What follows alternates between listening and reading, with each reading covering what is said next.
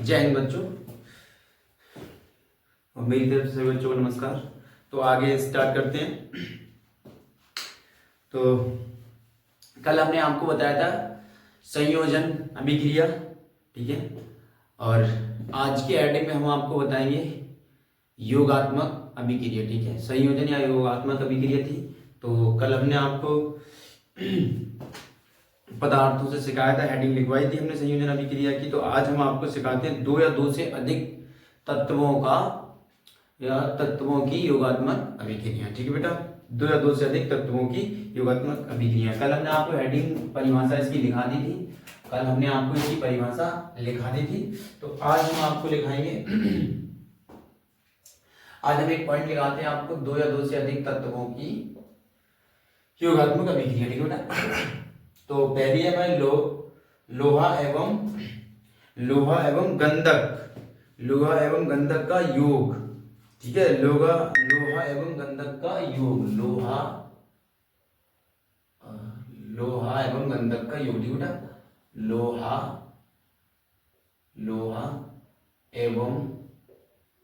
एवं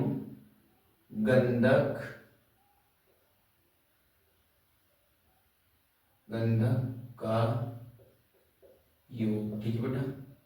योग, लोहा एवं गंधक का योग, ठीक है।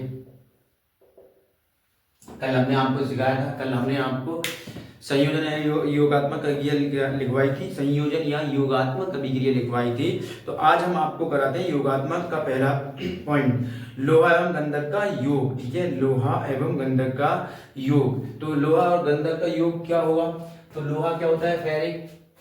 लोहा क्या होता है? फेरिक, Fe, ठीक है। ये क्या है? फेरिक। और गंधक सभी बच्चों को याद होगा क्या होता है? S, ठीक है, सल्फर। तो ये क्या हो जाएगा? ये अगर क्या हो जाएगा हमारा, तो ये हमारा बन जाएगा, ये हमारा क्या बन जाएगा? FeS, ठीक है बेटा। ये तत्व क्या बनेगा हमारा? FeS, फेरिक सल्फेट, ठीक है बेटा। क्या बन जाएगा? फेरस सल्फाइड, ठीक है बेटा। लोहा गंधक, ये क्या है हमारा? लोहा, ये हमारा है लोहा और ये क्या है? गंधक, ठीक है बेटा। ये क्या है? गंधक। ये दोनों मिलकर बन जाएंगे फेरस सल्फेट, ठीक है बेटा। फेरस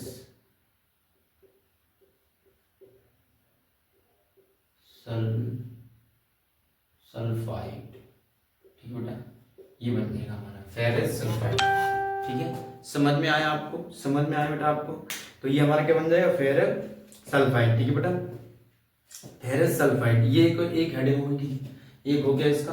और दूसरा दिखाते हैं, दूसरा योगात्मक अभिक्रिया का ये पहला हो गया। दूसरा दिखाते हैं, दूसरा क्या है? दूसरा उदाहरण है हमारे पास। दूसरा उदाहरण ये है,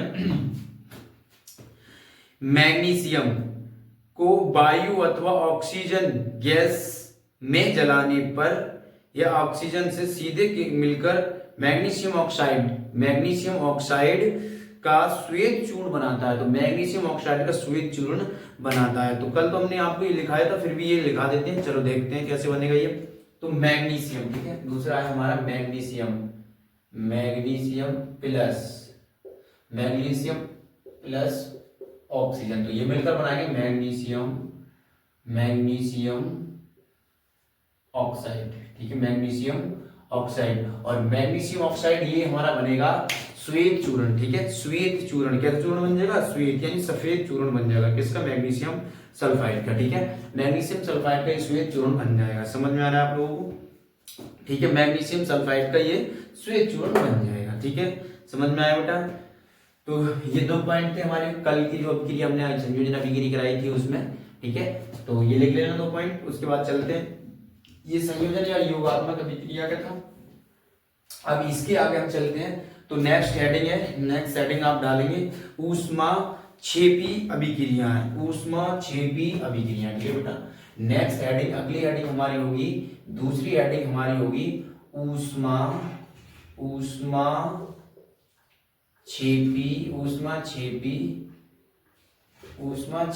अभिक्रिया, ठीक है बेटा। ऊष्माक्षेपी अभिक्रिया, ठीक है बेटा। ऊष्माक्षेपी अभिक्रियाएं, ठीक है बेटा, ऊष्माक्षेपी अभिक्रियाएं, ठीक है। तो ऊष्माक्षेपी अभिक्रिया क्या होती है, तो वो अच्छे से आप लोग जान लीजिएगा। जिन अभिक्रियाओं में उत्पाद के निर्माण के साथ साथ ऊष्मा भी उत्पन्न होती है, उन्हें ऊष्माक्षेपी रासायनिक अभिक्रिया कहते हैं। समझ में आया आप लोगों को? जिन अभिक्रियाओं में उत्पाद के साथ साथ ऊष्मा भी उत्पन्न होती है उन्हें ऊष्माक्षेपी रासायनिक अभिक्रिया कहते हैं। समझ में आया? तो इसमें लिखेंगे हम जिन, ठीक है बेटा, जिन अभिक्रियाओं में जिन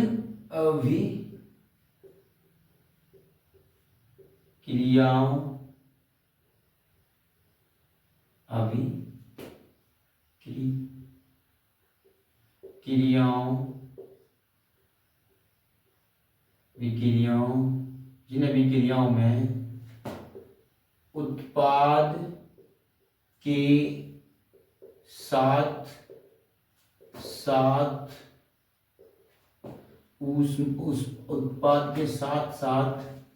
ऊष्मा, ठीक है, ऊष्मा उत्पन्न, ठीक है बेटा, ऊष्मा उत्पन्न होती है। क्या होता है? ऊष्मा भी उत्पन्न होती है,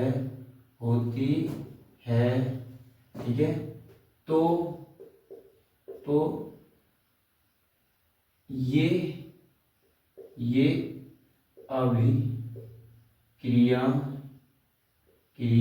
अभिक्रियाएं ऊष्मा, ठीक है बेटा, ऊष्माक्षेपी, मैं यही लिख देता हूँ,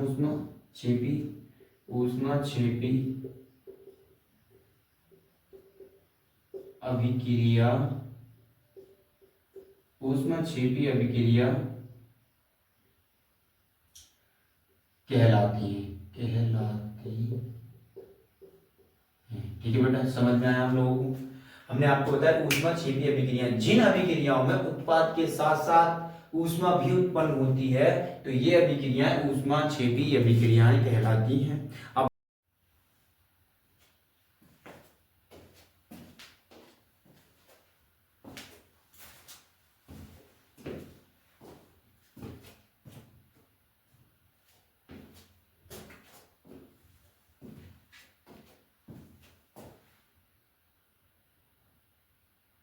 तो बच्चों देखिए, ये उदाहरण है, जैसे CH4 plus 2O2 equal to बनेगा, एरो बनेगा CO2 प्लस 2H2 प्लस ऊष्मा। ये हमारा ऊष्माक्षेपी अभिक्रिया का उदाहरण होगा। तो समझ में आया होगा आप लोगों को? समझ में आया होगा, मुझे आशा है आप लोगों को ऊष्माक्षेपी अभिक्रिया बहुत अच्छे से समझ में आई होगी। तो धन्यवाद।